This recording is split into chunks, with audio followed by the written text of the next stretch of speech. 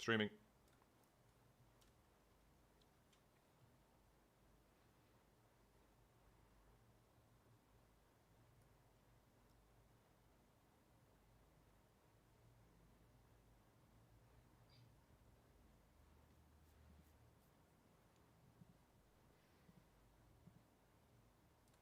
And you're live on the internet. Hello, hello. You're listening to the Goggler podcast. Ian Bahir and Uma with you with another week of great film reviews.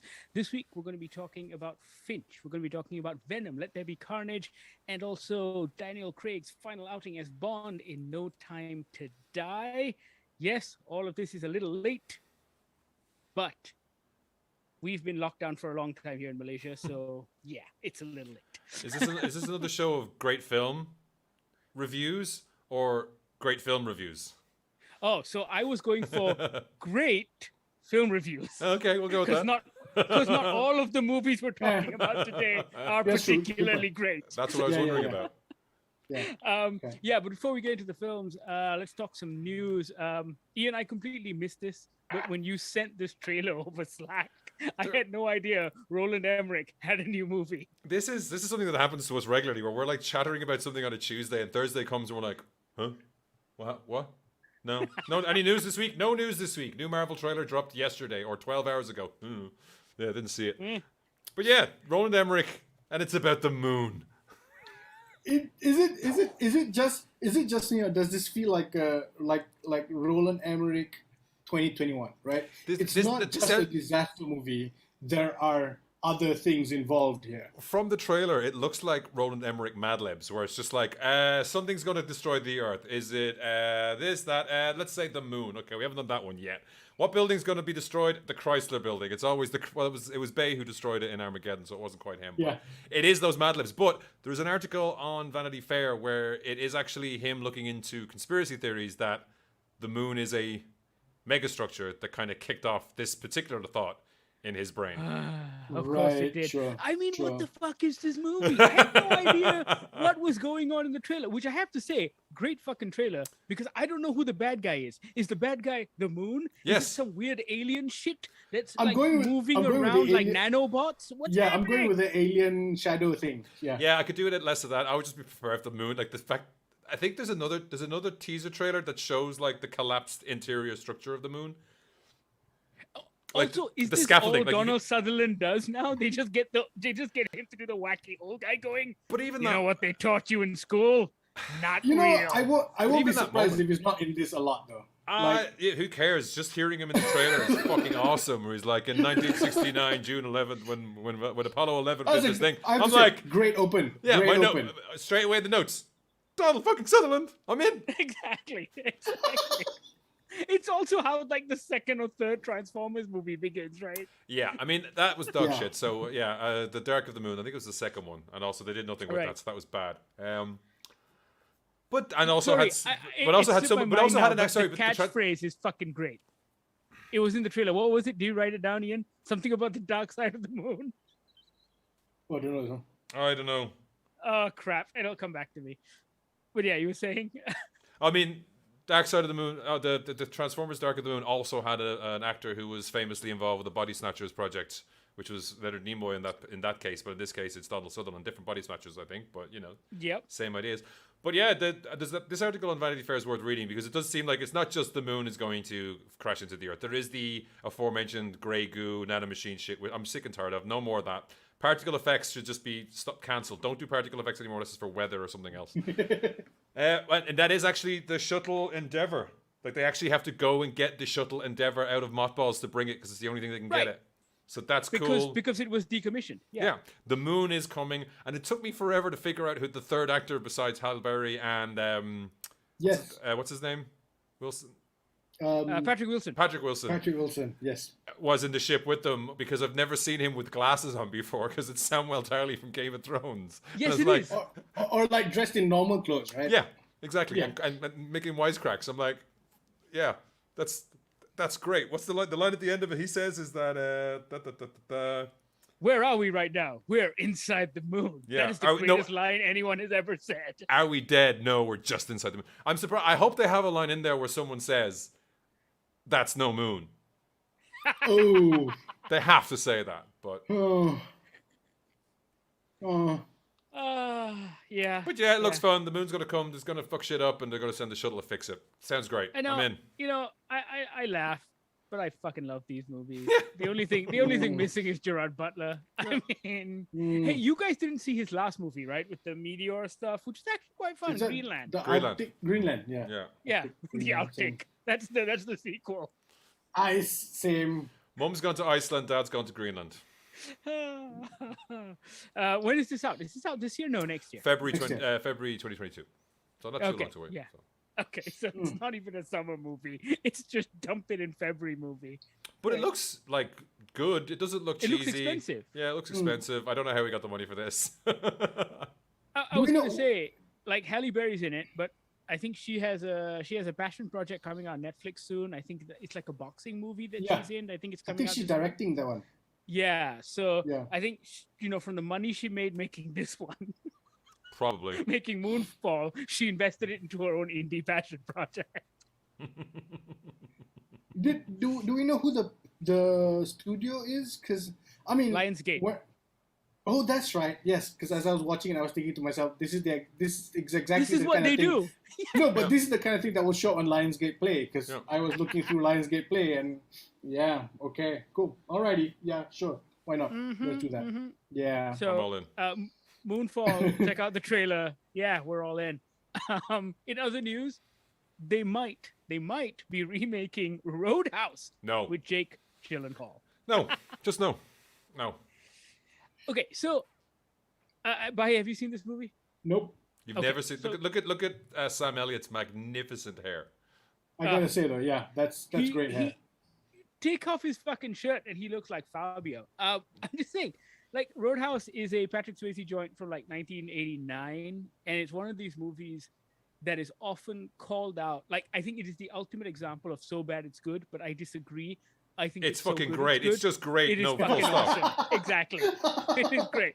Okay. Now, Bahir, let me tell you the story, because you will not believe this story, right? Sure. Patrick Swayze is a bouncer, but a world-renowned bouncer. Because in this universe, you can be a bouncer, like, you know what? Like the actual bouncer in a club and a bar. You can be or at a roadhouse. Or at a roadhouse. You can be a bouncer where people all across America know your name. Yep. Dalton. Oh, he's that bouncer guy. And everyone shudders in fear. I did watch this as part of our movie nights, but it was back in 2018 and alcohol was had. And I can't remember, but like I think he quotes poetry or like Nietzsche or something as well. Like he's a very well-learned, he's a well-read because he's bouncer. A philosophy major. Yeah. They make a point to like mention that. He's not just some idiot. Yeah. And it's full of these quotes, like these great little words of wisdom from the mouths of Dalton. And Sam Elliott's his buddy, and he comes into town to help him with some rowdy locals they're having problems with. I don't know, they can't call the cops, and then it turns out that there's a conspiracy with some bad guy going on, and it's great. Oh, and Patrick Swayze, God. he does do the roundhouse in Roadhouse, right? Yes, he does. I think that's where the roundhouse got like its fame from. Also, you say Rowdy, the director of the movie is Rowdy Harrington. That's his name. You can't make any of this up. But also, it is not the kind of movie like this is magic in a fucking bottle, right? Yeah. You can't recapture this. Like, what are you trying to do? Yeah, it's not doing it as an 80s piece would maybe get around that, but would defeat the purpose of doing another. Like, there's no point doing another version. Like, there's just I think you said it on Slack earlier, Uma. It's so 80s, it just belongs to remain there. Yeah, I mean, it's like toxic masculinity, misogyny, all rolled into one. Yeah. But, in a kind of delightful, acceptable way. It's the pleasing face of toxic masculinity. 30 years ago was a weird time. Also, Patrick Swayze is like fresh out Dirty Dancing on this, and he is just like a sculpted god. Yeah. It is. Oh, mate, you have to. I think it's on Netflix, Bahir, so you have to watch this. You should watch it. It's fun. Let me check. It is fun. Yeah, it is actually a lot of fun. But let me check. Yeah.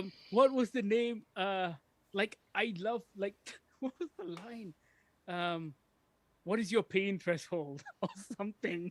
And what? And because he does there's a lot of sexual tension between him and this doctor lady. Oh yeah. She's the primary love interest, and like at a checkup, she's like, what's your pain threshold or something? And I remember his line being ridiculous, something like, I don't feel pain, or pain's not for me, or something stupid like that. Oh my God. Oh, it's fantastic. All you have to do is follow 3 simple rules. 1, never underestimate your opponent. Expect the unexpected. 2, take it outside. Never start anything in the bar unless it's absolutely necessary. And 3, be nice. Take the biggest guy in the world, shatter his knee, and he'll drop like a stone. I want you to be nice until it's time to not be nice. These are all great. That's terrible. It's gold. You got to see it in context. Yeah, being called cocksucker isn't personal. No, it's 2 nouns combined to elicit a prescribed response. That's Dalton's response to this guy. What if somebody calls my mama a whore? Is she? Oh, I think I found it. Do you enjoy pain? Oh, pain don't hurt. That's what he says. Pain don't hurt. That's right. Pain don't hurt. This sounds like the proverbial I think this is actually monkeys in a room with a typewriter. It's situation. great. This must be where I got this is where I got this line that I used to use when I was a kid. I'll get all the sleep I need when I'm dead. Yeah, I think so. Sorry. When Ian slacked this to me, it made me want to go watch it again. Yeah. Honestly, Bahir, this is a great movie. I just figured it out. Those lines sound like they were written by an AI bot. No, but the thing is, these are the lines you feed the AI bot to come up with the most awesome 80s movie ever. You just fill it with this and like tab clear and just play 80s, just give it Appetite for Destruction 1 and 2. Well, that's a bit later, but probably, just put some hair metal in there. That's what you feed the AI to train it. Oh, God. Rowdy Harrington went on to direct Gladiator and the Bruce Willis classic, Striking Distance. You forgot to say Gladiator. Not that one. Not that one. Yeah. Striking Distance. Cops on boats. Can never get enough of that concept. No, exactly. But I don't know why they would even remake this. Yeah. It's it doesn't. If you remove any one part of the molecule, it'll just collapse into goo. It's correct. Its structure cannot hold with the. If you swap out Patrick Swayze for Jake Gyllenhaal, that's not going to work. But just it's a frozen moment in time. It's one of those. What do they call it in Doctor Who? Where it's not a nexus point, but it's a immutable point, right? You can't change it. You can't change it, right? Yeah. And no, you're absolutely right. Because also, even in 2021, even if you make this movie and set it in the 80s, it doesn't work. Sensibilities are different. I mean, you can watch this and laugh at it as a relic, but to make it now, it's just no. Yeah. All right. We don't need no remake. Just go watch the original Roadhouse over and over again. Is it on Netflix, Bahir? No, it's not. Ah, bollocks. It might be Netflix US. Maybe US, right? Okay. But yeah, no, it's not hard to find. So it is a bona fide classic. So check out Roadhouse. Say no to remakes. Let's get into movie reviews. Before we kick off with our major reviews, we thought we'd just drop a quick one on Finch. Oh shit! Bahir and I watched that's not this. It. Where did I put it? Hang on. Ian, did you get a chance? You haven't had a chance to watch it, right? No, but I did. I did put the picture in here, but I guess I didn't. So I guess we didn't have the picture for that one. Okay, that's all good. No, never mind. That's all right. I had them ready, but I knew there was something I forgot. Noises. Yeah. But no, Finch is a brand new Tom Hanks movie that just dropped on Apple TV Plus. And when I say it is a Tom Hanks movie, I mean, yes, it is just Tom Hanks in the movie with a dog and a robot. It's him. Two robots. Hang on. Two robots. Sorry. Two robots. Spoilers. Yeah. I didn't know there was 2 robots. I don't want to watch this movie. It's about 2 robots. No, you're done. I spoiled it. It's directed by Miguel Sapochnik, and he was the guy responsible for Battle of the Bastards. I think he directed that episode of Game of Thrones. He's also the showrunner of the new Game of Thrones upcoming Game of Thrones series as well. Yep. Which one of the 7? The one with the white-haired people or the other I think ones? the most recent one that's coming soon. The one that is actually coming out now. House of the one Dragons. that's actually coming House of out. Dragons. So yeah, the white-haired people one. Yeah. The one that's actually been made. Yeah. Yes. And it is a post-apocalyptic tale in which a guy, Tom Hanks, by the name of Finch, invents a robot, and they go on a road trip to San Francisco. That is the basic plot. I don't want to give anything else away because the story kind of unfolds across this journey, but it's fucking brilliant. Like it's just one of these Yeah, like it's just one of these movies. I was watching it and I thought to myself, only Tom Hanks could Yeah. do this. Like Yes. there's the humanity that he channels in this movie, and it is magnificent to watch because he's acting opposite. I saw the credits and they said puppeteers, so I think the robot was real. So he's acting opposite this inanimate object for all practical purposes, which is voiced by Caleb Landry Jones. Which I heard another podcast in his least creepy role. Definitely it's not him. his least creepy role. Because he's always creepy. Yes. Yes. Even his Wikipedia picture is creepy. So, yeah. And it's a weird film because it hit me emotionally, and I was weeping by the end of it. But at the same time, it's not a sad or depressing movie. Like the way it's filmed and shot and cut, and the music choices, all of it has a certain perk to it. There are these very deep and heavy moments, and I think it just goes back to Tom Hanks. I think the way he plays the part of Finch, of this guy who is stuck in this post-apocalyptic future, and yet he has some sense of hope, even though nothing looks great. Yeah, like there's that balance, right? Yeah, but it's also the way, it's also just the way Tom Hanks is, right? Like he can switch between being angry, but it's not out of fury. The anger is more out of like frustration and and disappointment than anything. So his anger is understandable.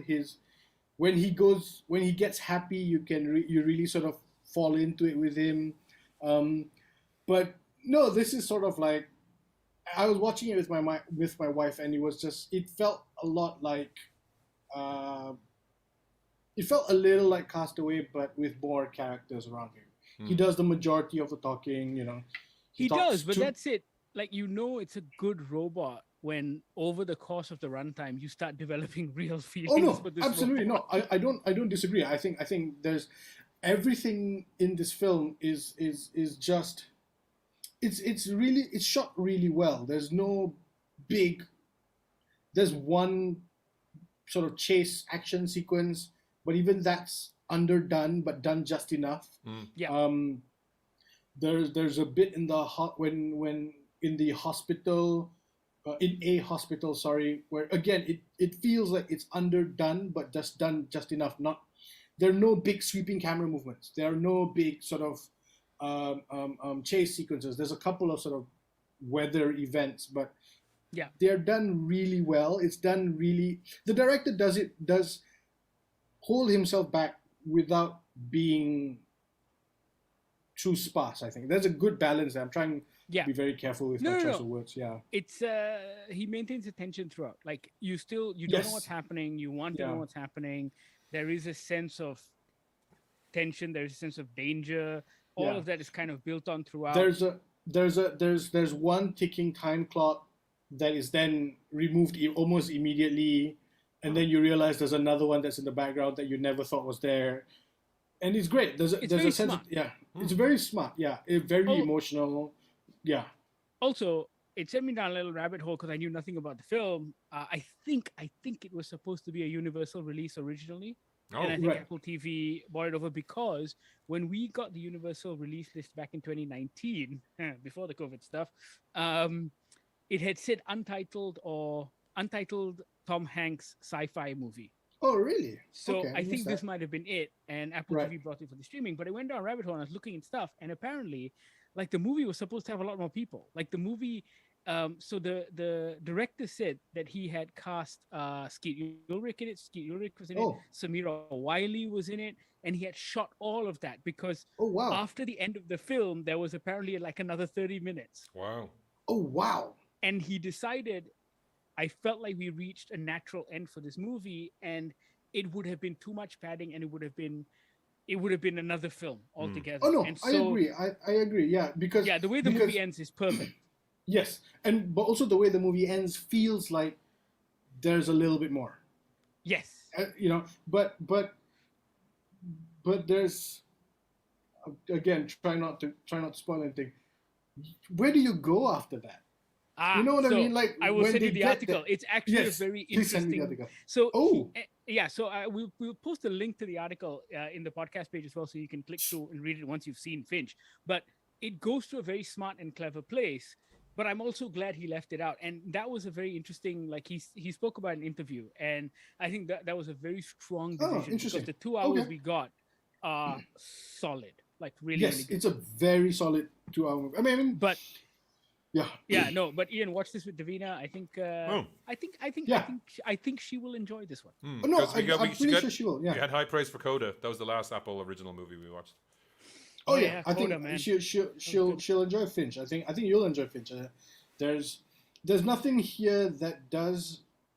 Again, I was just going to go back to it, but it doesn't try too much. It doesn't reach too far, even with the robot stuff, even with the who Finch is and how he was able to pull together a robot. It all sort of like that makes sense. I get that. Yeah, you know? everything is it's very intimate, and the scale. It's a weird thing because the scale is big. Like the shots Yes. are beautiful Yeah. and kind of sweeping, but the story is intimate. So And it's right there at number 2 on the list of things that reviewers want to say all the time but can't. Right behind It's Fine is also a good story, well told. Yes. exactly that. And look, A good sci-fi story, well told. Yeah, you Yeah, get to use that. I think I did use that once in a review, and that's it. You only get to use that once in your entire lifetime. Oh, really? Yeah, Huh. I better check if I've used that. How many times I've used those? you can use fine a couple of times as long as you try. Ironically, sarcastically, all different words. Well, no, watch Finch. Highly recommended. Apple TV Plus. Yeah, it's just it's it's pure Tom Hanks. Yes. All right. Let's move on to some cinema shows. We've had 2 very late releases in Malaysia. So cinemas only reopened a couple of months ago, and basically, they've been trying to push out all the movies that have come out, all the big summer movies, summer in inverted commas. Yeah, summer movies that have come 2020 out in the year. movies. Yeah, summer 2020. They've tried to push it all out as quickly as possible so that they can catch up to the US release dates. So we're finally getting the Venom sequel and No Time to Die. We're going to kick things off with Venom, Let There Be Carnage. This one is the sequel to the 2018 movie directed by Andy Serkis this time. Tom Hardy returns as Eddie Brock and Venom. Woody Harrelson joins him. You would have seen him in the post-credit sequence of the first film. Woody Harrelson joins him as the bad guy. Cletus Cassidy, also known as Carnage. Naomi Harris, who's also in James Bond playing a very different role, Very.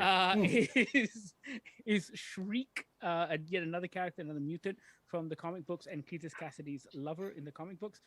And as you mentioned in your review, Ian, 4-time Oscar nominee Michelle Williams. At this point, she He's said, in this "I've film. tried 4 times. Fuck it, I'll do Venom too." This movie is goofy as all fuck. I don't even know where to go with this film, dude. I don't know if goofy is the word though. But I left the cinema and I'm like, why is Andy Serkis doing this? Why is Michelle Williams Oh, no. in it? Yeah, What is Woody Harrelson doing? I Like, ask all those questions too, but Yeah. I don't know if goofy is the word I'd stick with Venom though, because I didn't think this was goofy. I didn't think it was very good. it's not. Yeah, so I'm saying like goofy. I wouldn't use the word goofy on it because But it's not absolutely fucking terrible. Like it's No. not. no, it's nowhere near that. No, I'm trying yeah. to think of. I mean, I still haven't seen Blade Trinity, but people always complain about that one. I'm trying to think of any of the pick. Wait. Pick a Hold on, resident. hold on. Pick. You pick. haven't seen Blade Trinity? Not all the way through. What?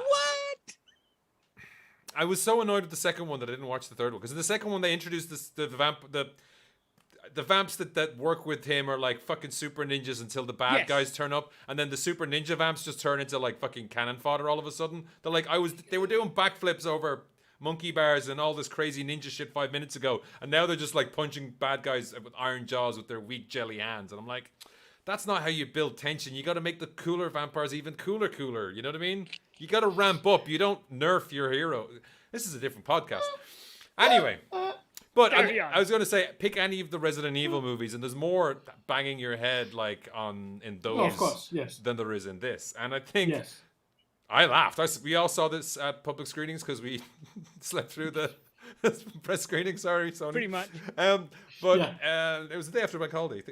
Things get by you. But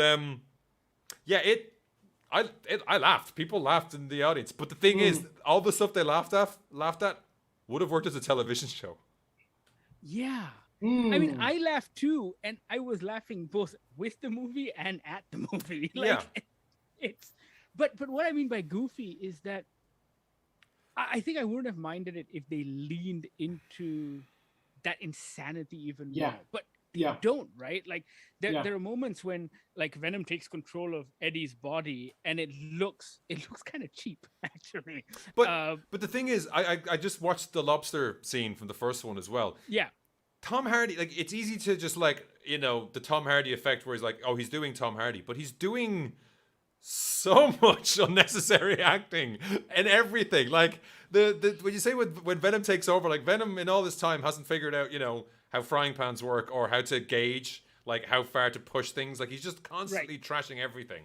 And Tom Hardy's in all those scenes. Like, you might be watching the effect, you might be watching the other, but he's just sitting there making himself sweat through the power of acting and look like he's just coming off a 6-day meth bender. And I was just going to say, he looks like a recovering meth addict. I don't know what he's doing. No, like, but he does. But even in the first one, he was like that as well. Right? He's got that like nervous, jittery energy. And I'm thinking to myself, wasn't he supposedly famous TV journalist, like award-winning TV journalist? But he was that before he threw it all away because he was a dipshit anyway. So I think we talked about this in the Slack afterwards. Like, you know, Eddie Brock is not a great journalist. This is not what Hollywood thinks. Usually Hollywood does fuck up how journalism is portrayed, but this is also he is a shitheel. He is like at one point Venom, who is the voice of truth in this movie, the symbiote with a heart of gold, tells him that he's a fuck up who, like, what does he say? You blow everything or something like that.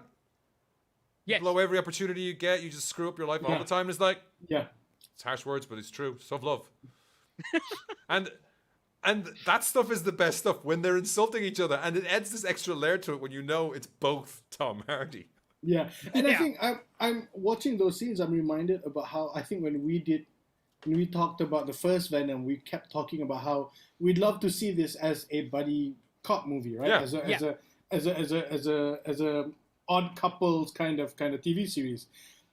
But then when they try and do the action stuff, it feels weird because the tone shifts don't go, you know? They've got that funny stuff and the nightclub scene. The nightclub scene's great. Just keep doing that. They should have done Cletus in 3. They should have just kept it for like let the Carnage symbiote gestate for a while.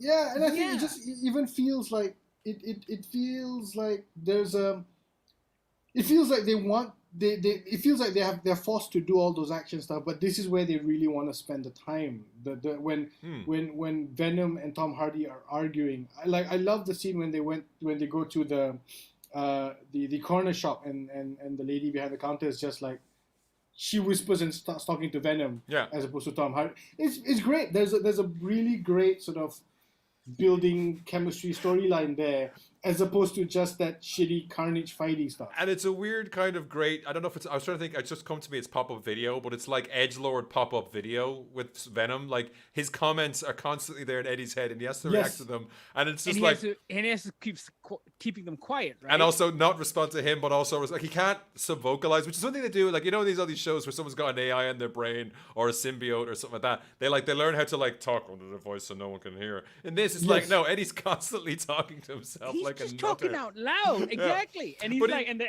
the cop's just like, what's going on? He's like, I'm practicing. But it was funny as fuck when they walk in and Mrs. Chen goes, sorry, Eddie. I think it was Eddie or Venom. She just said, sorry, the chocolate's not in yet. And just to hear that voice going, no, where's the chocolate? Like, and he's always at that. He's the primal, what's that primal scream? I always think of that. He's the Spinal Tap of internal monologues. He's always at 11. And he's it's brilliant. I love that. Problem. I mean, that stuff's great, but I think that's the problem with the movie, right? It feels like Kelly Marcel wrote the script, and then Tom Hardy added all of this stuff onto it, right? Yeah, there was two or three other writers in the first one. They're gone. Tom Hardy's like, this is my script now. and he made a huge deal out of it as well. If you watch all the interviews, it's Tom Hardy's like, oh yeah, I had a big part to play in this movie.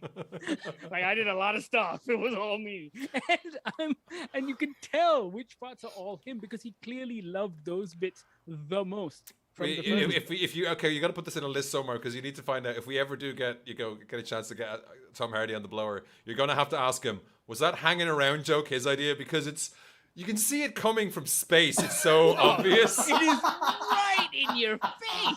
And it's the dumbest, lamest joke. And even that, like, even I was just thinking about it, like, he does do, the Venom says lethal protector all the time, and he does do one piece of non-lethal protecting, but this doesn't even need to be a Spider-Man movie, like a Spider-Man adjacent movie. Like, he's climbing around buildings. It's like, okay, I guess they can't use the webs, but like, there's no reason to climb around buildings. They're just having an argument while a CG effect happens. You know what I mean? But even though they don't have to use the web, I mean, even Venom uses the symbiote, but they don't even use that. He doesn't even use that much because they've decided that's a Carnage thing now. Yeah, that's true. And speaking of Carnage, like, why is he doing anything? Why does he make Woody's hair look like that? From the very beginning, right? It's the worst introduction of all time because in a movie like this, where do you need to find your bad guy? At an orphanage for insane people. Yeah. And it's just... That starts it. We should say, if you haven't seen it, it does start with it's like the Cletus show, the Cletus and Shriek show for like 5-10 minutes almost. I'm like, is Tom Hardy in this movie? Yeah. I mean, you get Woody Harrelson. You wanna make the most of him, who I believe is just phoning this shit in. Woody Harrelson just like digging up from his greatest hits. I think they said, "Hey, Woody, we need you for like 3 days to shoot." But it's solid what he does. I mean, he delivers. Come on, he delivers the Woody, but it's like it's so easy for him, and he's 60. Yeah, that blew my mind. He does not look 60 in this movie. Yeah. There's a few things where I think they've done that thing where I think they learned the lessons of the Irishman from De Niro, where they put him in a slightly bigger shoulder pads and maybe some lifts or something like that to make him look bulkier when he was younger. I think there's a little bit of that going on, but he looks like, I don't know, maybe they did some Marvel, maybe they got some oil of Marvel as well going on. They borrowed some of that cream from Marvel because he does look a little bit younger. He looks younger here than he did in fucking True Detective. And how long ago was that? That's about 5-6 years ago, yeah.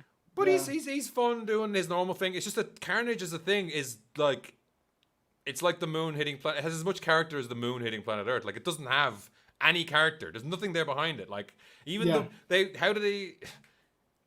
forgot. I didn't put that in my yes and review, but it's like, how does Carnage come about? Oh, he just happened. Like, Carnage happens. You know what I mean? It just happens. It's the dumbest thing. Yeah. It's got nothing to do with the comics. There's no other thing. It does lead to a great. This is all about your death. You'll die, father line. But that doesn't tie into anything. No, there's nothing behind that at all. Yeah, because. If you are going to do this whole bit about the symbiotes being able to like spawn, at least explain it just a little bit. And maybe there's a 2-hour cut where there's an hour of like 2 men and a baby, where it's just like Eddie and Spawn and Venom dealing with this baby thing until they fuck it down the sink because the two of them are children and they don't know what to do with it. Venom shouldn't be so afraid of the red one. It seems like he knows what the red one is, but it came from him. I don't understand. Yeah, so it just felt. That joke, by the way, is that got a big fucking laugh. It's like, we're here to destroy you. It's like, oh shit, that one's a red one, and he just disappears. He's fucking out. Like that stuff is golden. Like, and that is a joke that like is not improvised on the set because that requires a marriage of like on-set shooting and matching CGI. And it works. It works really, really well. When it does that, it's the best. But then the climax is, I don't know if you realized in my review, I linked to Mark Kermode's review of Iron Man from 2008. Yeah. Because it is a complaint from then, and it's a complaint in everything, where once Jeff Bridges puts on the Ironmonger suit, it turns into Transformers. And this is murky church Transformers. You don't see it, but it's also not helped by there being no stakes. Like we said, Carnage's thing now is webs and goo, and so he just, like, Venom gets stabbed like so many times in this. No, because we know fire and sound hurts them, but we have no idea if being stabbed 100 times actually does anything to Eddie or the symbiote. Well, at one point, no, because I guess they did that a little bit with like his head and his face is not where it should be, and even his mouth wouldn't do it in the first one. And in this, I think the first punch Venom throws, Carnage opens his chest, and there's no Woody in there. He's not got wood. No, he goes right through him. Yeah, so there's that kind of thing's going on, but it doesn't build. There's no like, okay, we'll build up to him being stabbed 1,000 times. He gets stabbed a lot, and then he's better, and then some sound goes off, and then they're better, and then they fight a bit more, and they're better. And hey, Stephen Graham's there, and then they fight some more. And then, I mean, if you think you would at least if that was the case, you think they would at least make the stakes reliant on something like Michelle Williams, right? Because then she's in a but they literally put her in a box until the plot happens. Yes. Exactly. Put her in a box, close the lid, no accidents there. Yeah. We know where she is. It's done. She's perfectly safe, and that kind of removes tension from the film as well. I think the other thing that really, well, okay, I'll say this much: it's better than the first movie. Kind of slow and boring until like it got even worse at the end, because that CGI at the end of the first movie was even murkier and muddier. It was just black on dark blue, right? And you couldn't see anything that was going on. At least with this, I could see a little bit of what was going on. I think there's something here that you guys talked about, how there are no stakes in that final fight. And aside from the fact that they just picked like the darkest shade of fucking red for Carnage, which doesn't help when you're fighting at night in a church with no lights against Venom, who is black. I don't care. Yeah. But it's also just like there's no Carnage thing, right? Like, he's not there to take over the world. He's not there heralding other symbiotes coming. I just don't care. And the stakes are the most important thing, because in the comics, whenever Venom showed up, he didn't used to show up a lot in the Spider-Man comics, but whenever he showed up, you were terrified reading those comics because things were about to go to shit. He's Spider-Man's Bane. Yes, he was horrific. Yeah. It would have a lasting effect. And then later, when there was this whole Maximum Carnage storyline, which is kind of what this movie is based on. I don't know. Anyway, when Cletus Cassidy shows up, then you're like, holy shit, someone that's worse than Venom? It's like an enemy more powerful than the Borg? Yeah. What? Yeah. And it was genuinely terrifying. And I wasn't in afraid, the comics, not for a second, for any of our heroes, anti-heroes in this movie. But even in the comics, when Carnage showed up, it was like the Joker showing up, right? Like he's just gonna fuck shit up. It's gonna be bad. Shit up sick. Yeah. He's not. There's no rhyme or reason. He's not trying to steal money. He's not trying to take over Kingpin's job. He's just there to fuck shit up. And I think people in this just movie, like watching the world burn. Yeah, and that's kind of the point with Carnage, right? That's what at least the comics used to feel like. Whereas here, it just feels like, he wants to get married and then get what? I just like I don't know why we're doing this. You know what I mean? It's just like, okay, like I don't know. I just felt also the whole thing about how Carnage comes around was quite stupid. Hang on a sec. That was just stupid, I thought. Yeah, it was a little bit. Yeah. Why are we hanging on? Do we have comments? I don't know. We have connection. I've looked up your symptoms on the internet, Leslie, and it says you have bad internet connection. It's a classic Parks and Rec joke. I don't know. We seem to be stuck on Woody Harrelson's face, so I'm not sure what that is. I did get a slight error. I'm not on Woody Harrelson's face. Yeah, no, I know, but we're on the live stream. We are. So someone just tell me. Okay, please hold. We are holding. Ooh, you need to put the hold music on your thing. Yeah, along with what's the other thing? It's all connected. Is the other thing as well? Color bars. Yeah. Yeah. Okay, no, we're live. We're just not live on the thing I was looking at. Hang on, I'm looking at my phone. My hand is up. My hand hasn't gone up yet. Oh, my hand went up. Okay. Cool. Finger guns. Yeah. Finger guns. Look at me. I'm Kumail Nanjiani from Eternal.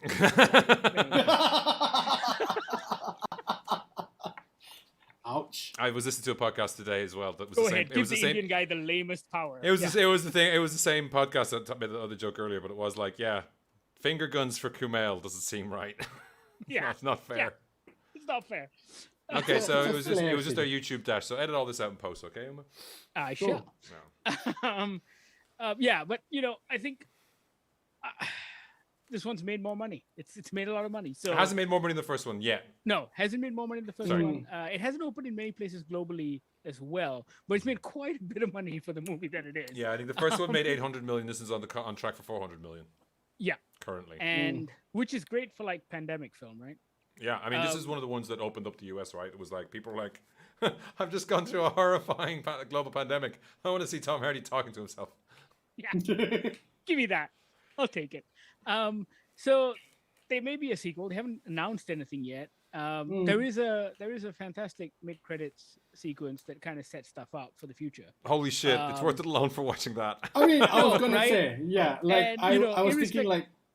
I was thinking I'm irrespective of gonna how have to you take feel my about wife the to movie. this, yeah, just to Just watch for that that. post-credit thing, yeah. Yeah. That wasn't spoiled for me either. So No, I that's was again. Yeah. completely surprised. Curate your Yeah. internet. No one. I heard someone. All I heard about it was cool, and I kind of forgot about it because I was like, nope, falling asleep during the climactic battle. But when that happened, I was like, okay, that raises a lot of interesting Yes. ideas for what can happen next, and none of them are Mephisto. No. Also, it raises just this big question of how do you even fold this movie into anything else? It stands by itself as a comic book film. There are very few. That's why I use the word goofy, Bahir, because there are very few comic book movies that are this out there. Like this is like as out there as Legends of Tomorrow is on TV. Yeah. Right. Yes, I get it. Okay.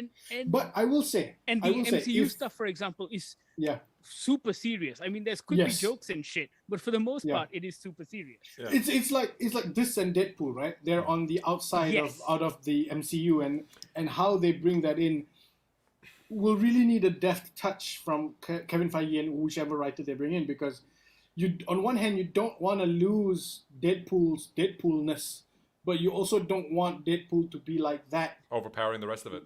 with Nick Fury, right? It just And gonna that's be why- weird tone, And that's why Squirrel Girl has to come to bring everyone together. Exactly. I guess. You're right. That's how they defeat Galactus. Yeah. Using Yeah. Squirrel Girl. But the link for this, like there is, he licks. We can just say when Venom licks the television, like trying to tie this character to that character is going to be a wild fucking ride. It's gonna be great. I will say though, like I would love to see this Tom Hardy and Eddie Brock and Venom play with someone else. Yeah, but also, No. but also the goofiness I think could work. It's just simply like when Venom's talking about we should get a mask and a cape. Yeah. And Eddie's like, I think you're good because that's the thing. Also, like Tom Hardy's doing another one of his weird voices, but it's the weirdest fucking voice. Like, I think you're good. He's like, Again, That's pretty much it, yeah. it's the Bender thing, right? It's the recovering meth addict. Yes, yeah. He was also had his tongue removed and sewn back in. But there is there could be an element of like, hey, that guy's parching out. Like it's the smallest like infraction that Venom decides is why he wants to go after that guy. Do you know what I mean? Yeah. It's like the pettiest, tiniest fucking thing. It's Yeah, nothing to do with yeah. anything else. And that kind of would work for how dumb this character is. Yeah. What is he doing? Eddie, we must kill this guy. Look at him. Oh, I don't like him. And like I think that's why I'd love to see Eddie show up in the MCU, because it's this idea that if this guy's goofiness and his off the wall recovery meth addict thing against someone who's a little more grounded. It's a pity we're missing out. We'll, I don't think we'll ever get the chance where Captain America, Steve Rogers himself, just like takes one look at him and says, "You're a nice enough kid, but stay off the drugs." Yeah. Yeah. I mean, Eddie Brock. Do we know if Topher Grace has been cast in anything in the MCU? I mean, No rumors about Topher, right? Topher might be in Spider-Man: No Way Home. Apparently, everyone's in that fucking movie. I think I'm in there somewhere. I saw. Photoshop ourselves onto the Did you see? poster. I don't know. It's one of those things that it's on one of those documents we've signed with Disney. Yeah. We just didn't read it. Yeah. We're like the streamers in Fall Guy. They're using this clip we're talking about right now. Free Guy, wrong movie. Free Guy. Fall Guy, still waiting for that Fall Guy movie. But there was the other tweet about No Way Home, which is just that like it's called No Way Home because it's just on that fucking bridge they keep showing in the publicity. That's it. The whole movie's on that bridge. Yeah, that's all they shot. It was a pandemic. They could just close off both sides and shoot on that bridge. All bridge all the time. Gotta love it. All bridge all the time. Venom Let There Be Carnage is now showing in Malaysian cinemas. Be sure to check it out. Let us know what you think. Correct me if I'm wrong, guys. Was this wasn't an R-rated film in the US, right? It was 13s here. Yeah, it was 13 over here, but I wasn't sure because I didn't notice any major cuts. There was more kissing than Eternals.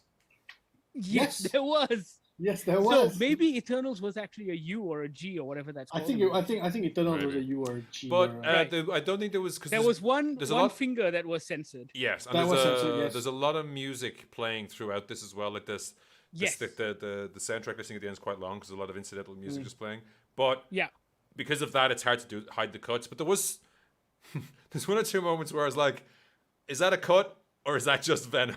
You know what I mean? It's hard to I think tell. that's just Venom. That's so Venom. That should be the TV show.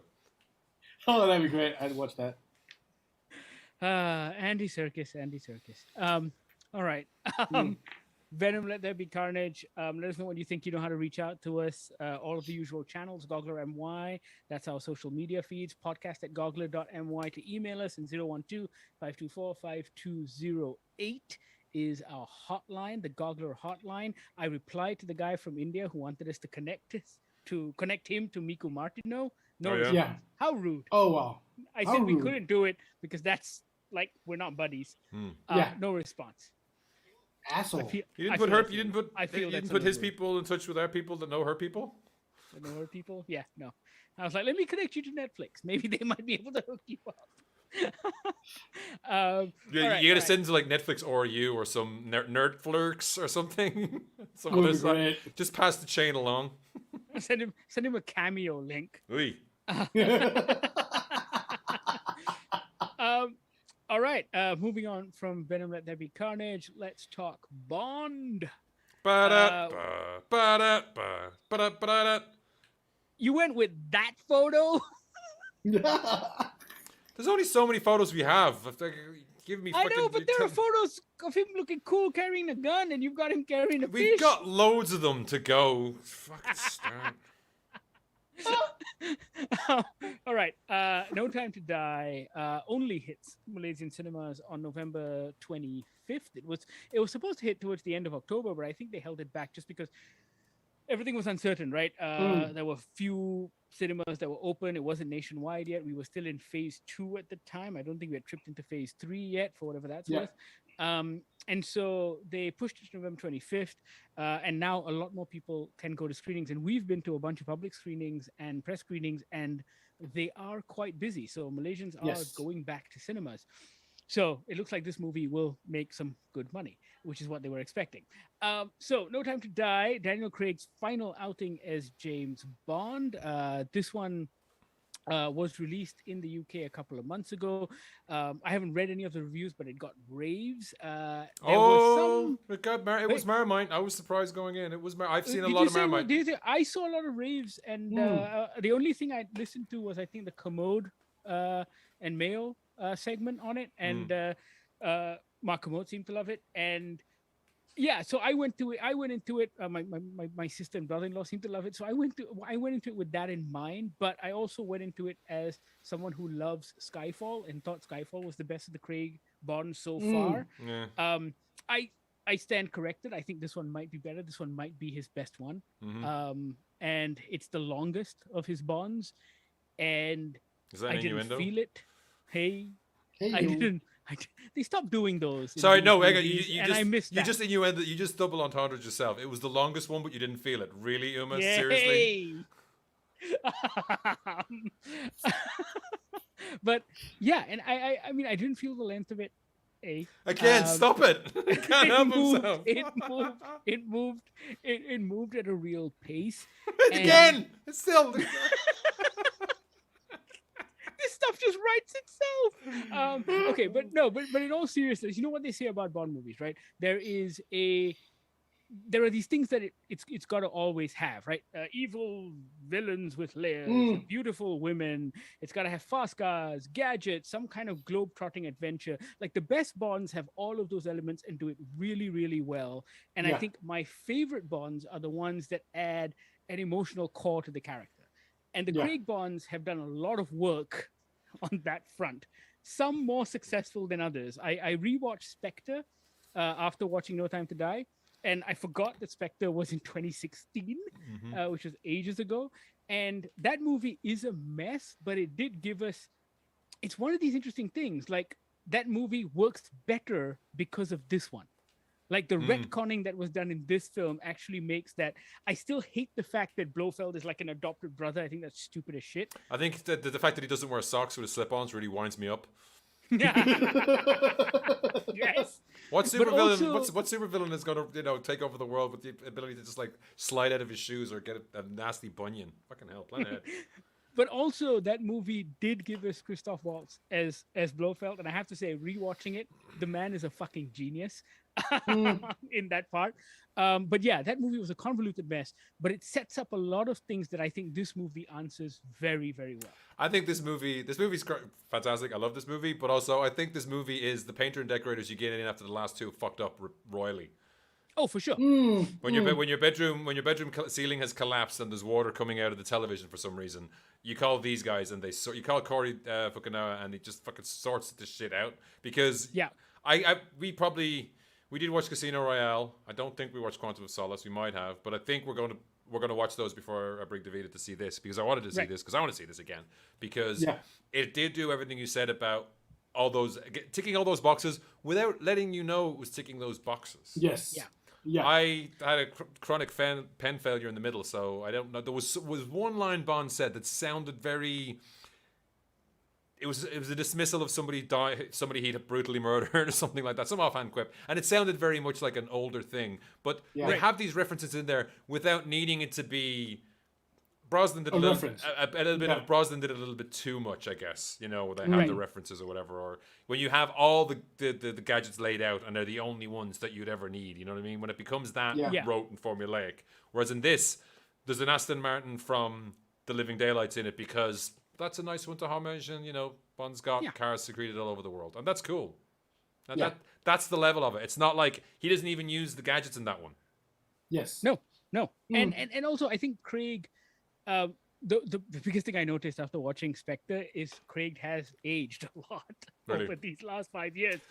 He still looks a little fresh-faced in Spectre. He ages like in the first act of this movie, because once he knocks up at MI6 HQ, he seems to be pursing his lips the whole time, like he's trying to do Vin Diesel in the Fast and the Furious. He's like it gives him a very defined look, as in like now I'm mad. I was mad in Quantum of Solace, but now I'm mad. How mad? I'll come back to work mad. But he's just doing this weird thing with his mouth that makes him look like a Russian politician from the 1980s. He's just like, he looks like he's been standing in the cold for too long. Watching this, however, and rewatching Spectre, I think rewatching those old movies, Ian, will give you... Sorry, I just put this picture... I sort of put the picture of the old man back up on screen.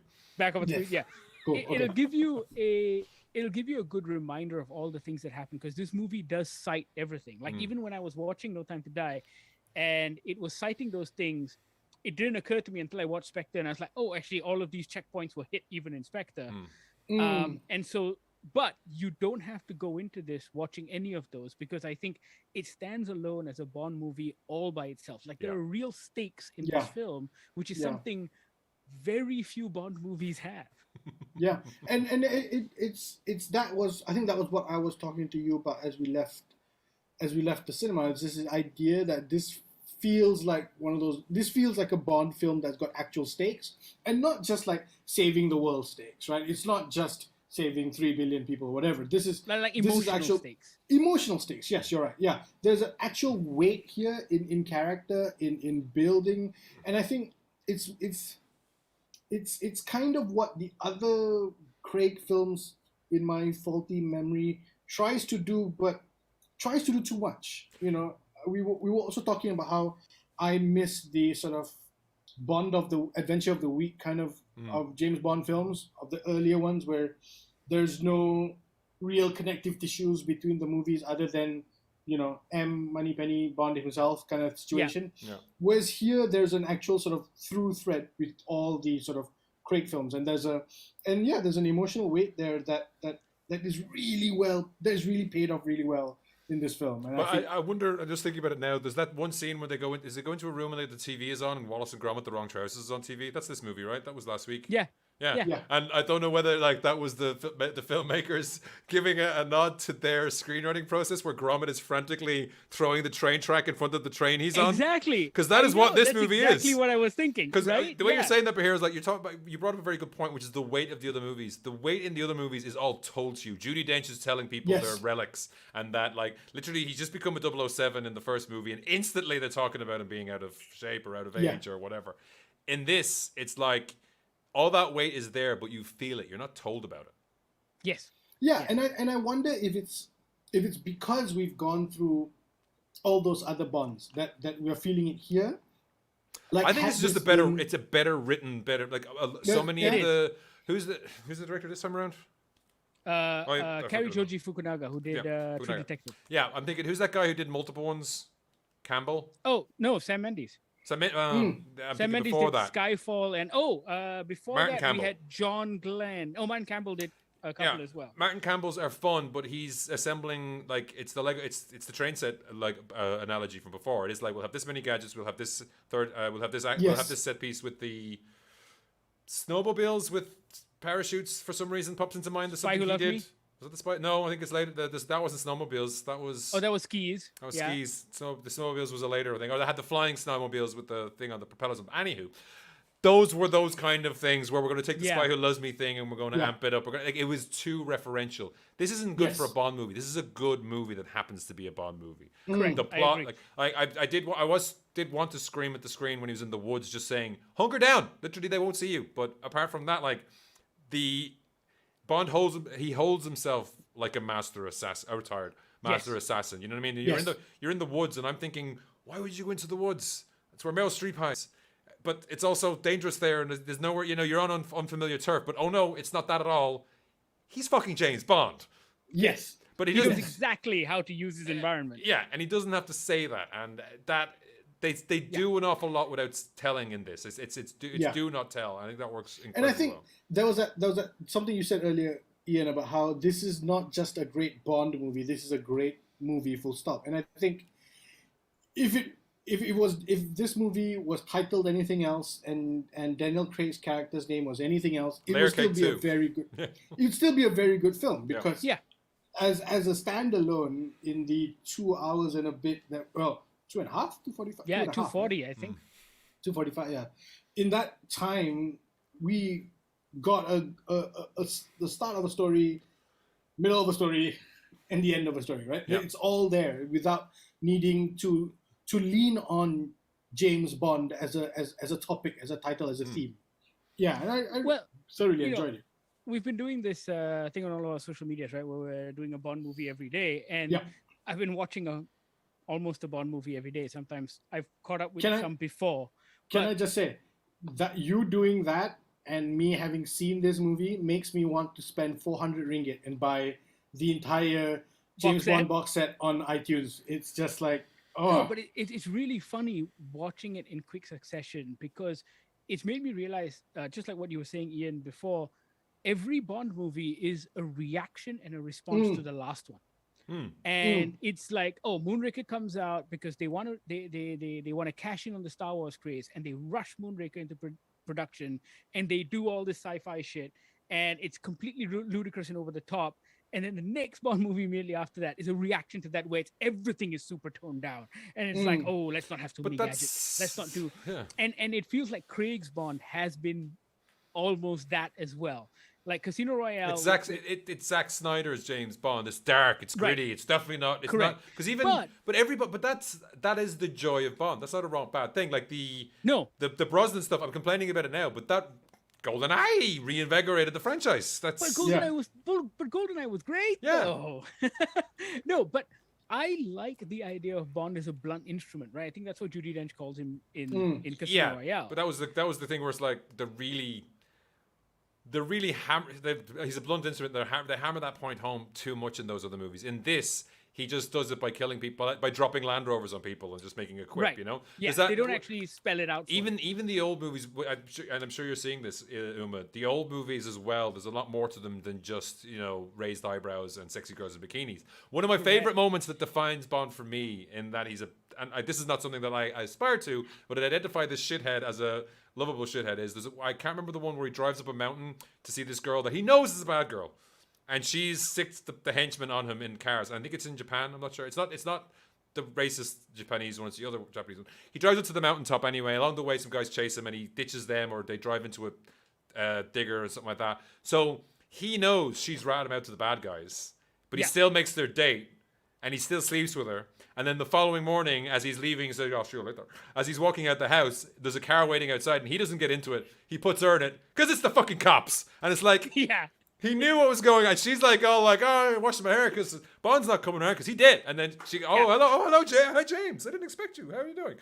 So, and there's a whole thing there, but it shows that's him being a shit ass blunt instrument, but also enjoying his work. Exactly. And you know what? And there's that moment in this film as well, which I think reflects who Bond is when he meets Lashana Lynch's character for the first time as well. He knows exactly what is going on. And as you're watching that kind of flirtiness play out, he doesn't know exactly what's going on first off, which is, I mean, there's also the dialogue of this is better than a lot of the Bond movies have been. She has car trouble, and he has car trouble, and she says to him, "Are you in trouble?" And he goes, "Constantly." And it's just like, oh. No, but that just feels like old Bond, right? Yeah, those kind of quips feels like old Bond, yeah. Yeah, and no, but he knows exactly what's going on. In your head, you're just like, oh no, wait, has Bond been out of touch for so long that he doesn't know he's being played? But no, of course he knows he's being played. And once he puts his arms around her on the bike and he feels the Walter PPK in her fucking in her underwear, he's like, okay, yeah, I know what's going on.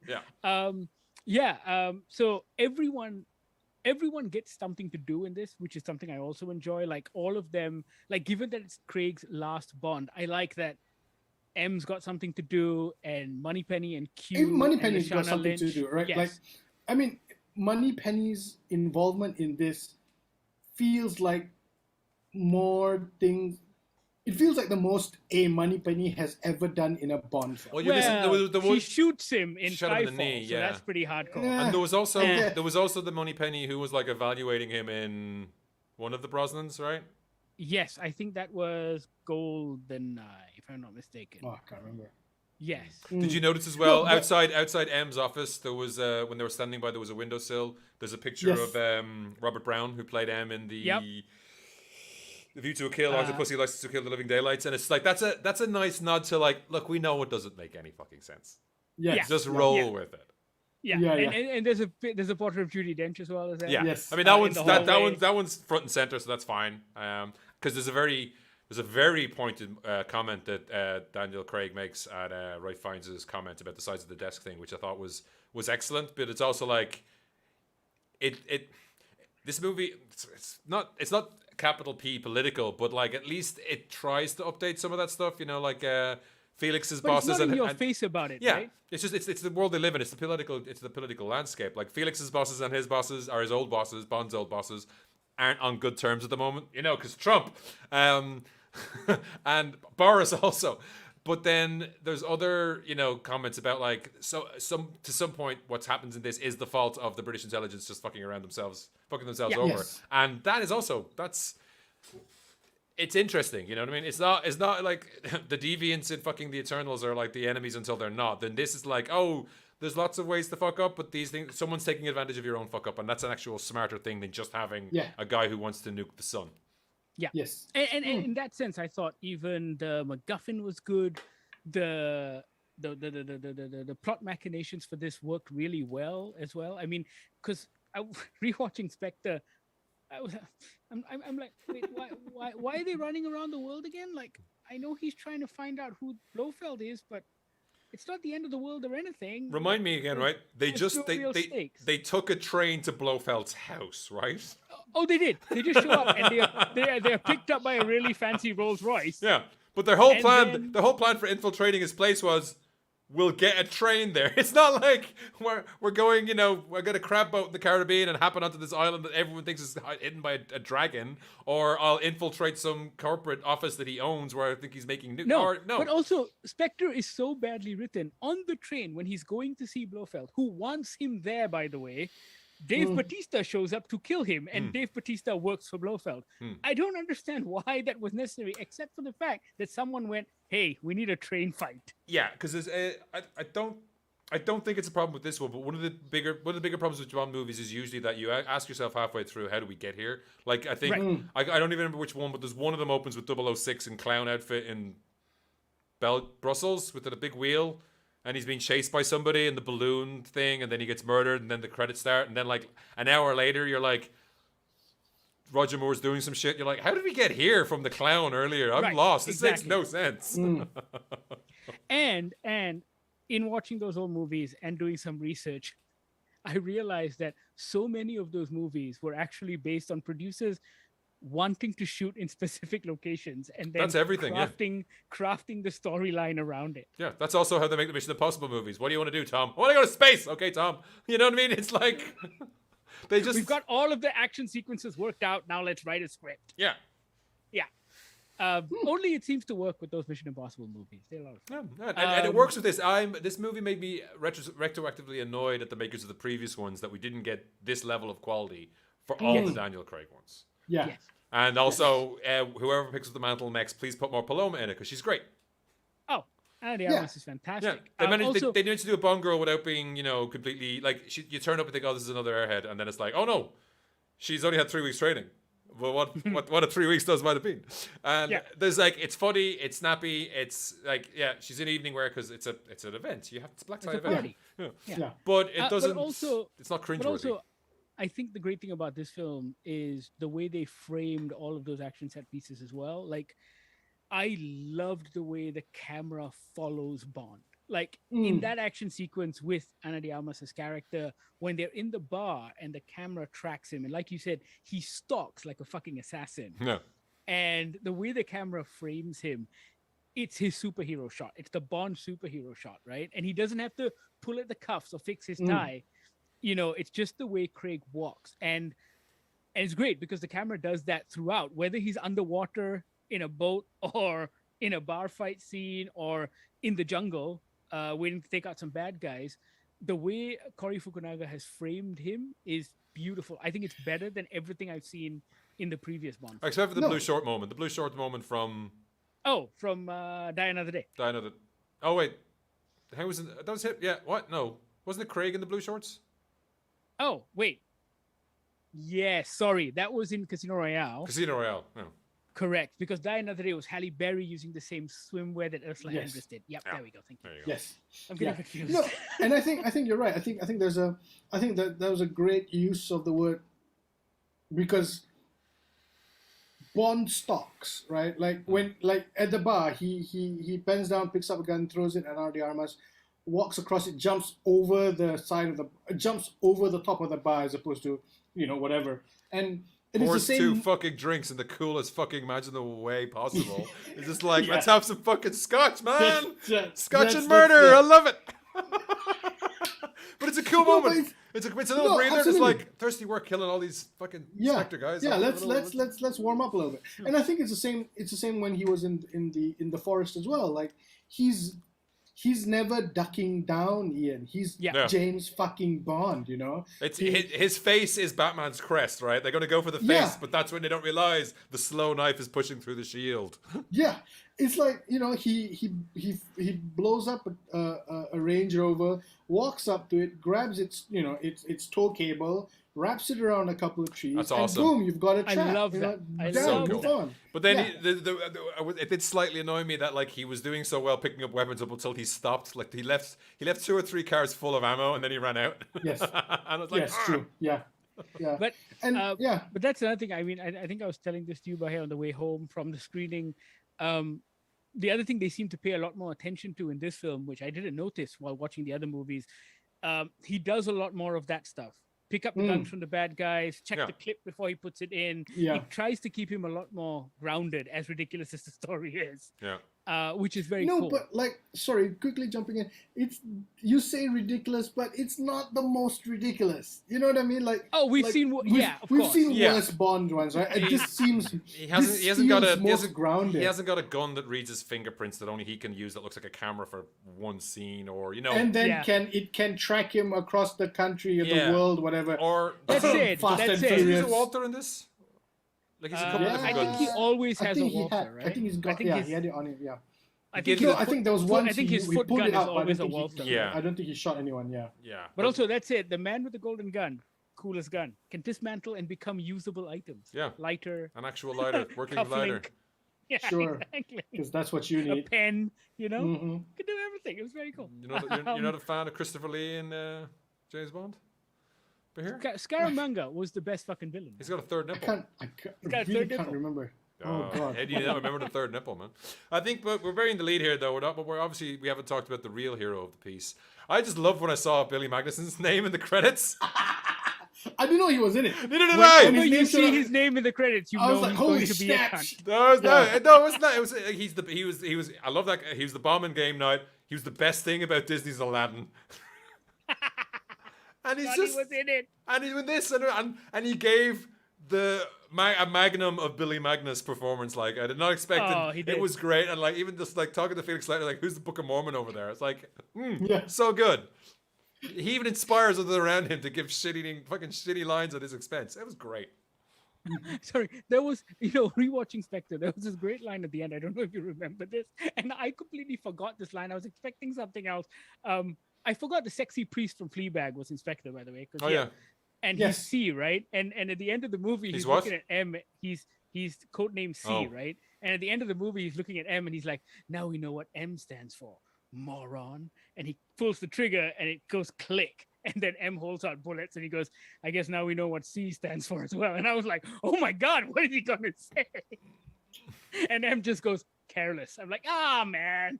Did he at least push him off a dam or a cliff into a pot of acid or something at that point? No, he dies in a really shitty way. There's like a glass explosion and then he goes, oh, and falls off the balcony. Yeah, I don't remember this at all. I think it just was like, nah. You don't know this one, yeah.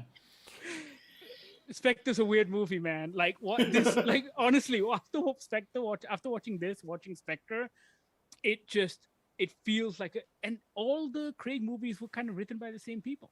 It's purposely Well, weird. I don't know. Maybe they just had better editors or director, and this one was like, no, that sucks. Let's not do that. I mean, 'Cause- it did have Phoebe Waller-Bridge, and I don't know what she did or how much she did because I know You know the worst, probably maybe along the lines of when Madeline says, the worst thing about you, and he goes, my timing, and you're like, oh, that works on so many levels. It's so good.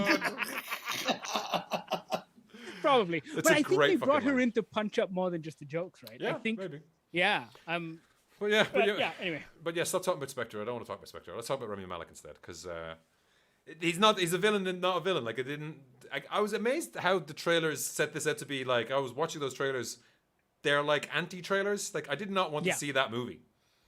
Right? Like all the Right. stuff they showed me with Rami Malek in the snow and everything like that. I thought that was the end, and I could have sworn they'd had some shots where I thought it was not the person under the water who it was. Yeah, right. I thought that was. Right. I thought that was just me because when I was in the film, I was like, I could have sworn that was someone else. Right. So I Yeah. wonder if they did and even like the stuff with Madeline, they were bigging up the relationship with Madeline, and from the previous one, I was like, who? And watching this, I'm like, oh, you mean that Madeline? I'm like, oh yeah, she's great. I love her. It totally managed to build that up again within this all on its own so well. And he's playing he didn't want to play a just random bad Muslim guy, right? And it kind of. He does give off those Dr. No vibes, even though it's not Dr. No, which I was hoping it actually would be.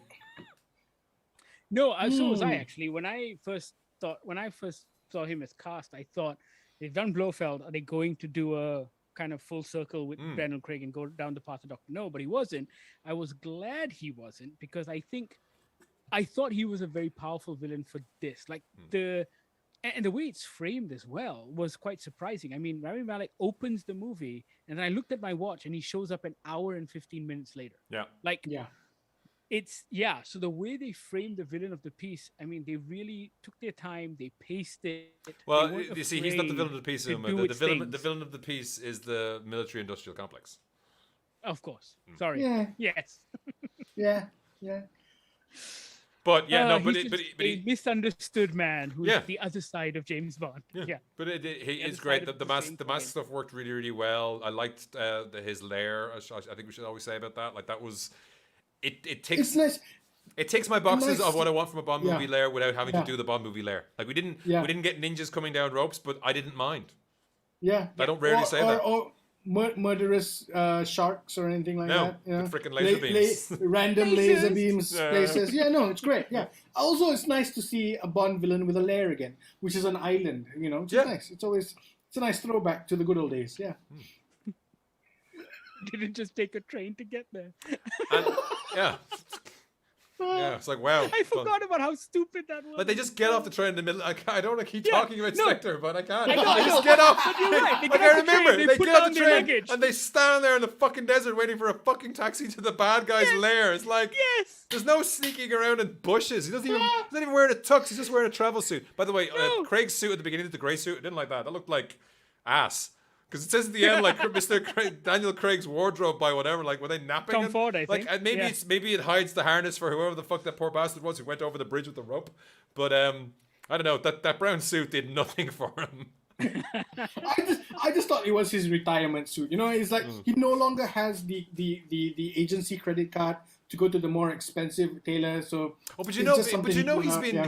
he's been falsifying receipts for decades. He's got like the 'Cause- fact that he just pulls Aston Martins out of his ass is Yeah. like he Yeah. has them all over the world. His garages all over the world. I think Also, they do that in London, right? it's like- He drives into it's just London where he has. Yes. Is He it the just opens the V8? garage and picks up a car. Yeah. Yeah. But it's also just like, don't they check? He doesn't have to return said assets when he takes them away. I guess a It's lot. just like, No, oh, it they usually blew ends up. up at the bottom of a river. Yeah, somewhere. and I mean it's probably like the Yeah, CIA. blew up. It's like the CIA. The CIA doesn't have receipts for all that cocaine they sold in the 80s. That's true. Yeah. It's just like Yeah, it's that's under miscellaneous drug corruption. Expenses. Yeah. Expenses. Ah. But I think there's another. Again, I don't know if it's a homage to the other movies or not, but like I really liked David Denchik's Valdo Obruchev. Like it felt like Alan Cumming from GoldenEye I was again. just going to say, it felt like they were paying homage to that, Yeah, right? because it was a I am character. and- invincible. yeah, but he's not just a random scientist. It's a character. Fuck, they had that. I forgot to look up that guy. They had that guy from the Mary Whitehouse Experience as one of his. Hugh Dennis. Hugh One of Dennis his was in it. co-workers. Yeah, Hugh Dennis was like, oh, I forget he's more famous from My Family. Was it My Family was a TV show he was famous for? But like, I think it is. Yeah. he'll always be Mr. Milky from the Mary Whitehouse Experience. But he had character to him. He's a shit heel, and like his is funny, and it worked. Yeah. It didn't break the movie having him be funny in it. No. Yeah. No. Um, Even Bond's jokes were very well paced out yeah, throughout the film. So there were a couple of moments where I was laughing out loud. yeah. But on the whole, I think the mood of the movie is a lot more pensive than it's more in tone with Spectre than something like Casino Royale, for example, which had more quippy Bondness, right? Like when he meets Vesper for the first time. But that felt in appropriate to that to that movie. Yeah. No, but also it feels I felt it felt a little forced. Like it felt like Bond is quippy. We have to write some quips in this one. He has to be a little funny side eye. Whereas here it felt natural. You know when he drops those moments, it feels really sort of like character driven, I guess, in some way to say. It's no. I thought Christmas only came once a year, and it's none of that is that level. Yeah. Yeah. We have. I think he's attempting re-entry. So. Oh. God. I'll come back to that one later, but I do think we should talk a little bit. Well, Ben Whishaw also was great. I love Paddington in Bond movies. He's fantastic. Why is she lower in this picture? But Lashana Lynch, like the way the tabloids played the news of her character and everything else, it works fucking genius. It is, and I think if you've read the headlines and if you followed any of the kind of conversation around Lashana Then Lynch shoot yourself and stop reading 007, those fucking newspapers. They're terrible. Exactly. I think given the context of the movie and the way they've wrote her into it and the way that story plays out, it's smart. It's cunning. Her repeated. What's his 00 designation again? Like it's fantastic. Yeah. No, but it feels I've not read any of the articles. I've seen some of the headlines. Yeah, I've seen some of the reactions. well. But it feels like knee-jerk reactions, right? It feels like someone who wrote the article having spoken to someone who went to see the movie. It's also, it feels like the kind of stunt they would have pulled in some of those post-Brosnan or Brosnan slash style one where it's like it's fading out, or the last one didn't do so well as GoldenEye, or like the one after License. Wait, hang on. The Timothy Dalton's License to Kill is his first one or the second one? Second one, Living Daylights was Living Daylights first one. So it feels like that kind of we're doing this to try and grab headlines, whereas in the film it works completely naturally. Yeah. That of course he's retired. Does he return every movie? I don't know. He was fake dead in Skyfall. In Spectre, he went rogue. Yes. Yeah, he wasn't retired. He was still, but the whole story of Spectre was a sexy priest from Fleabag. He was trying to dismantle the 00 program. Oh, you mean Moriarty from their relics. Moriarty from Sherlock. Yeah, that's the one. Oh, that. Yes, yeah. Oh, that dismantle the 00 program because the all relics of the past kept bringing that shit up again. Yeah. So in this one, he is genuinely retired. Yeah. Yeah. Yeah. And even that, but it doesn't feel like the cop having to hand in his badge trope. It works anyway. Exactly. And I love the fact that, and we see it in the trailer as well. I love the fact that everyone just thought he was dead. Yeah. Again. You dropped off the face of the planet, Bond. I really enjoyed this movie. I think it is, when I left the cinema, I was telling you guys I was still like deciding between Skyfall and this one. And after I've had some time to think about it, I'm pretty sure this is my favorite Craig. Oh yeah, I think this is my favorite in a while. Like there's no caveats that need to be applied. Skyfall, I was just like, no, I don't. I know you didn't like the ending. I don't want Home Alone. I don't never end a movie with Home Alone. Didn't like it in The Equalizer 2. Didn't like it in Skyfall. It worked in Home Alone, but it didn't work. It worked in Home Alone 2. Didn't work in Home Alone 3. You can't do a Home Alone properly. Has anyone done Home Alone in space? I don't know. It's probably about time. Zarathustra's probably that. Anyway, point being, it doesn't need to be any caveats. Like GoldenEye was like, oh, it's goofy fun. And it went from there. It's like, well, the invisible car was stupid, or well, Madonna was in this, or ooh, stealth boat. There was like the fun to be had with those. But this is genuinely a good Bond movie, a good movie. And also, what I want them to do next, like they're talking about, casting, whatever. Keep this fucking team together. Apart from Craig, he can sling his hook. But the rest of them, do this again. But now make it as reverential for the Roger Moore. It's about time. We need to do the Roger Moore stuff again. Like they're out. We've got the we've got the Timothy Dalton car. We've got the Sean Connery car. They've always been calling back to a little bit of those things, right? No one ever calls back to Roger Moore, and I think it's time that Bond went back into space in Moonraker 2 or something. Yeah.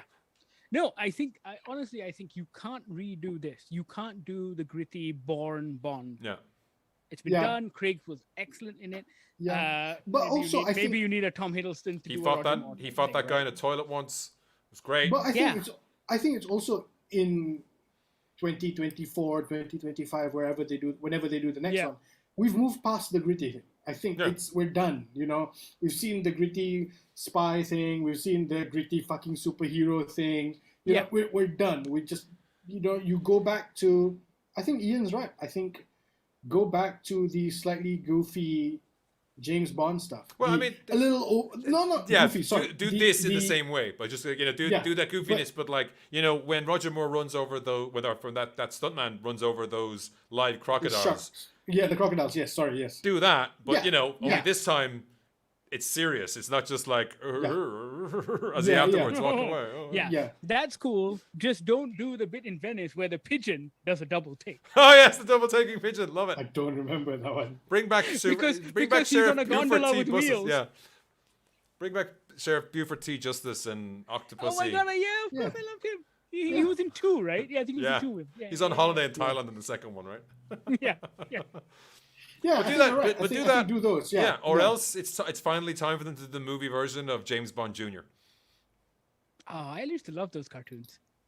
Don't know that one. It's he's in prep school. Yeah, and that's James's. James Bond's his uncle, right? I think it's his uncle. Yeah. Yeah, it's not James Bond as a kid. No, it's not. Yeah. Right. Okay. Although didn't someone do James Bond as a kid? Did Charlie Hickson or someone do James Bond? Oh no, that was that It was supposed Isn't to be. That's the other book he did. That was something like that. It was that's the the same Artemis concept. Fowl thing, right? No, it wasn't Artemis Fowl. There was another one as well. I think it's Charlie Oh, Hickson who okay. did the Fast Show. Did some of that stuff. Right. But no Time to Die. It's also definitely worth watching on the big screen.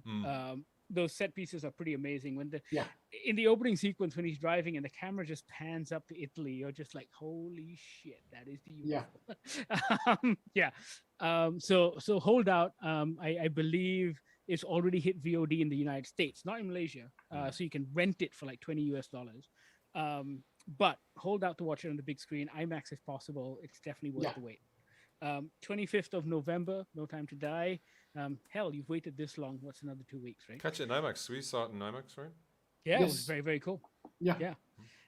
Let us know what you think of Venom, Let There Be Carnage. Also Finch, which is on Apple TV Plus. We will ask you for your opinions on No Time to Die on November 25th. You know how to get in touch. Goggler MY are our social media feeds. podcast@goggler.my is our email address. And also 012-524-5208 is the Goggler hotline. You can send us a WhatsApp there. Thank you so much for watching today. And thank you so much for listening. This is the Goggler Podcast.